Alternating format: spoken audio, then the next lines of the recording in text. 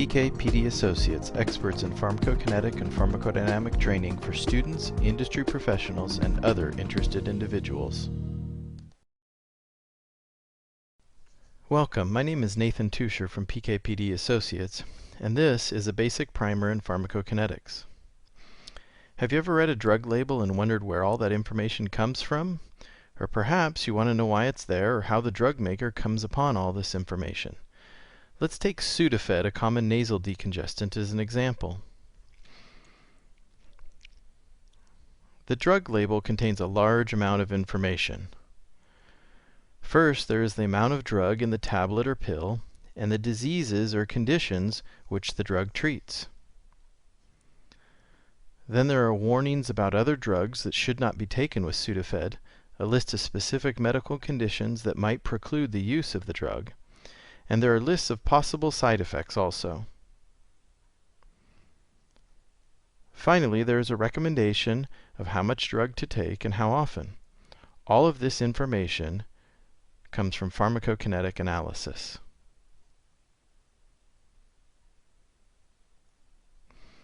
So let's talk about definitions. If you don't feel very good, you're probably going to find some medicine to take. And then hopefully, you'll start to feel better. This is called pharmacology. And the drug uses from the product label are really the effect of a drug on a person's well-being or how they feel. Now, let's consider eating a sandwich. You put that sandwich, you ingest it into your body, and the nutrients are absorbed. Then the body converts this food into energy stores. This conversion process is called catabolism. Now consider a drug that goes into the body. After ingesting the drug, the body absorbs the drug into the bloodstream. Then the body breaks that drug into smaller pieces called metabolites. This conversion process of drugs to metabolites is called pharmacokinetics. There are three main definitions of pharmacokinetics. It is the science of how the body converts drugs to metabolites, or the science of the time course of drugs in the body.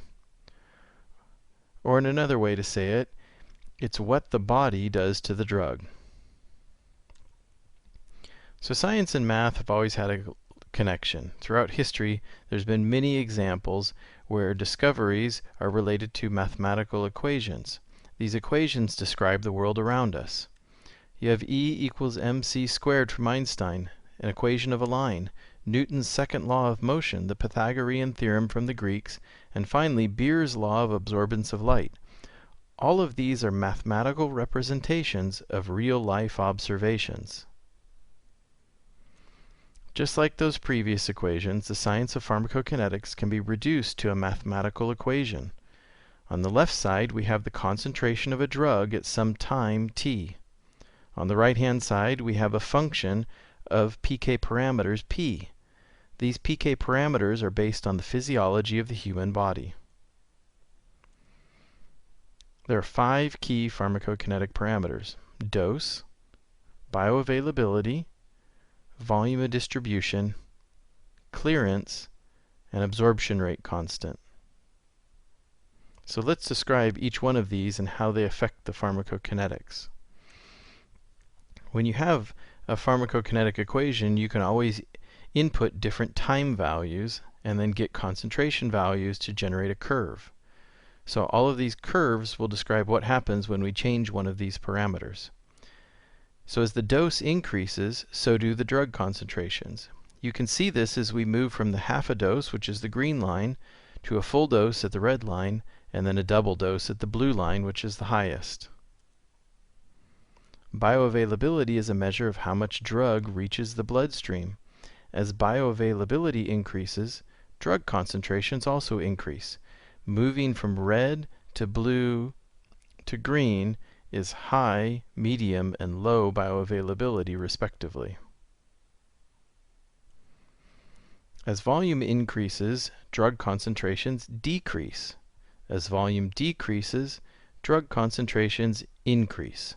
Volume is just a proportionality factor to relate the observed concentration to the amount of drug in the body.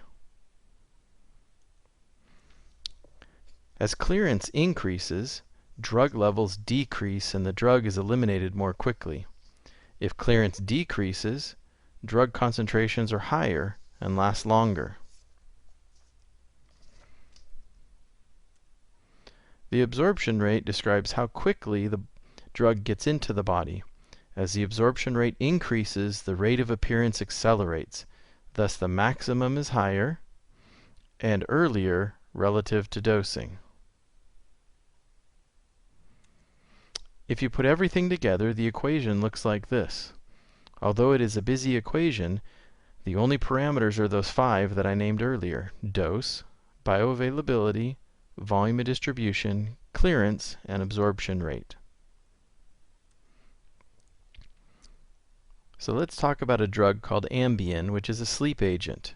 So you ingest that because you need to get some rest. It is absorbed into the bloodstream, circulates through the body, and distributes to the site of action. And then the pharmacologic effect occurs. You go to sleep, and the drug is metabolized. So pharmacokinetics tells us how much we should dose, how often, and also what factors might affect the pharmacologic response. So remember the Sudafed drug label? The amount of Sudafed needed to treat the disease is determined by the pharmacokinetics.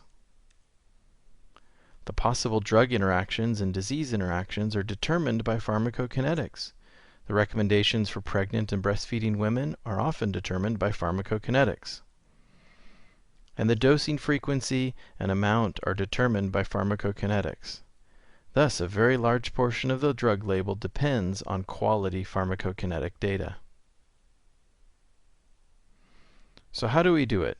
To determine the pharmacokinetics, first we measure how quickly drug appears in the bloodstream after administration. Then we measure how the drug leaves the body, or how it changes over time. And we calculate how fast the drug disappears as it is converted into metabolites and even secondary metabolites. So what are the important pharmacokinetic parameters? Many may be familiar with parameters such as Cmax, Tmax, and AUC. These are often thought of as the key pharmacokinetic parameters. But using a definition, pharmacokinetics is the effect of the body on the drug. Physiology must determine the pharmacokinetics.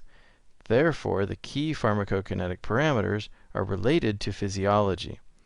So volume, clearance, and absorption rate constant are some of the primary PK parameters. Volume defines how the drug gets to all the various parts of the body. Clearance defines how the body removes the drug. And the absorption rate defines how quickly the drug enters the body after administration. Now, as I said, you may be familiar with other PK parameters like Cmax, Tmax, and AUC. Well, where do they fit in? The truth is, PK parameters are kind of like colors on a color wheel. You have primary colors. If you mix 2 primary colors together or combine them, you can get a secondary color. And then if you start combining secondary and primary colors, you can get a tertiary color. The same thing exists with pharmacokinetic parameters. Primary pharmacokinetic parameters are determined by the physiology: clearance, volume, absorption rate, and dose. From these primary parameters, we can derive secondary parameters such as the elimination rate constant, area under the curve, and then we can start to determine tertiary pharmacokinetic parameters such as half-life, Cmax, and Tmax. So, do you think you know everything you need to know about pharmacokinetics? You might say yes. You know that the PK is the effect of the body on the drug. And the key to success is knowing that primary pharmacokinetic parameters, the ones determined by physiology, are volume, clearance, and absorption rate. I like the Cougars. Well, since I'm picking UCLA to win this game, this has got to be the week's not so fast, my friend. Los Angeles style. I'm telling you, Los Angeles style. Well, but as Lee Corso, an announcer for ESPN, says, not so fast, my friend. You have the fundamentals down, but now you need to learn how to apply them.